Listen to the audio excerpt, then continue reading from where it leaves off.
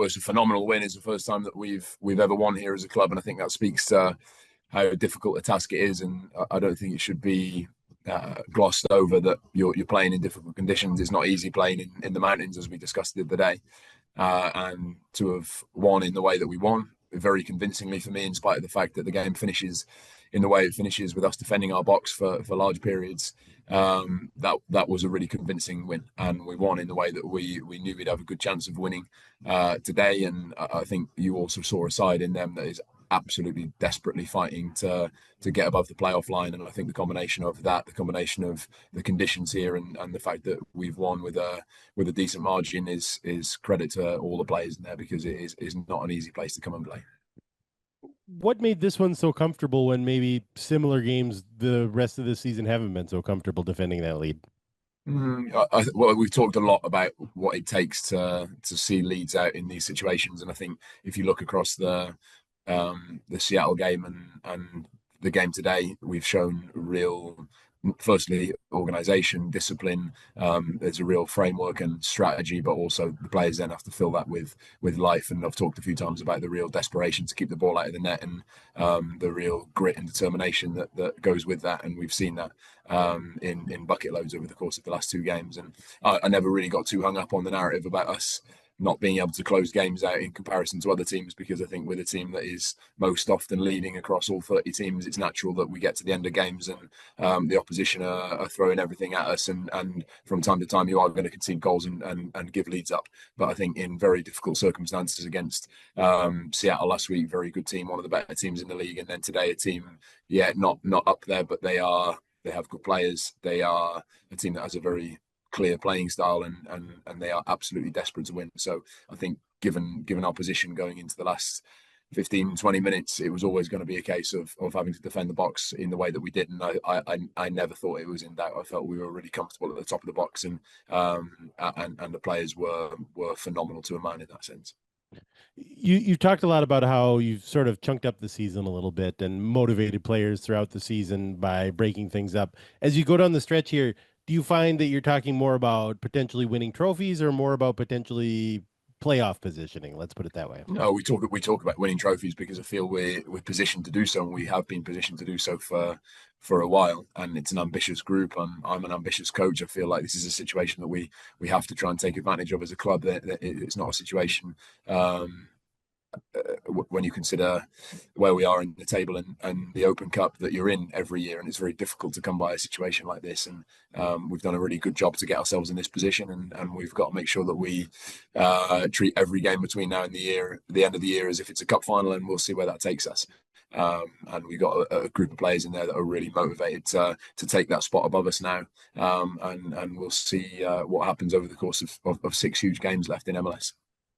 Seems like a little bit of a different role for Joaquin Pereira tonight, maybe a little bit of a freer role. How are you sort of deploying him at this point of the season? Yeah, he's a player for us who's really important in what we create and what we do with the ball. And I want to make sure that for the opposition there is a degree of unpredictability to the positions that he takes up. And obviously the situation around Tani is what it is. I'm not going to speak about that in great detail, but obviously it's fairly plain why Tani wasn't in the starting 11 tonight. And we haven't got loads and loads of depth in those attacking options, and felt like the way in which we used Joaquin alongside Kelvin was good for this game, and I'm sure it's something that we can consider as we move forward. You say Oluwaseyi not being in the starting lineup, was it just a choice to have him have sort of fewer minutes, or was there something else behind that? No, it doesn't need me to nod to what's been talked about in the media and what is likely to happen, I would say, over the course of the week.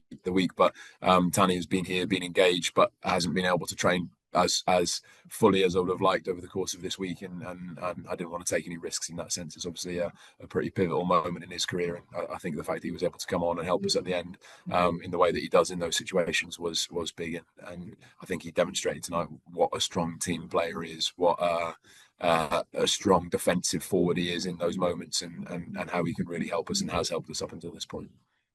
Seems like last week, especially, we saw a little bit of frustration from Kelvin Yeboah. Where is he at this point in the season, in your estimation? Yeah, well, it'll be interesting to see how the next week pans out in that sense, and where that leaves us. But crucially for me, Kelvin has to and does perform what is required of a forward from a defensive perspective, and I think he's really improved in that sense, and I think we put him down as a real team player there too, and I think sometimes forwards make, particularly with the way that we play, they make some sacrifices in terms of what the attacking output is, but Kelvin now has an opportunity to take centre stage, and I think if you look at what he gave us over the course of the run in last year, it was remarkable, and that player is there, and we've seen that in lots of moments over the course of the last weeks and months, and he is capable of big moments, and I'm fairly adamant we will see that in the coming weeks. Given that there was sort of that incident last year where Brian Veras spit on Michael Boxall, how much satisfaction do you or the team take seeing an own goal go off him? Yeah, I don't take much satisfaction in that. I didn't know it was him who scored the own goal actually, but I think I mean, we've played Salt Lake so often since I've been here.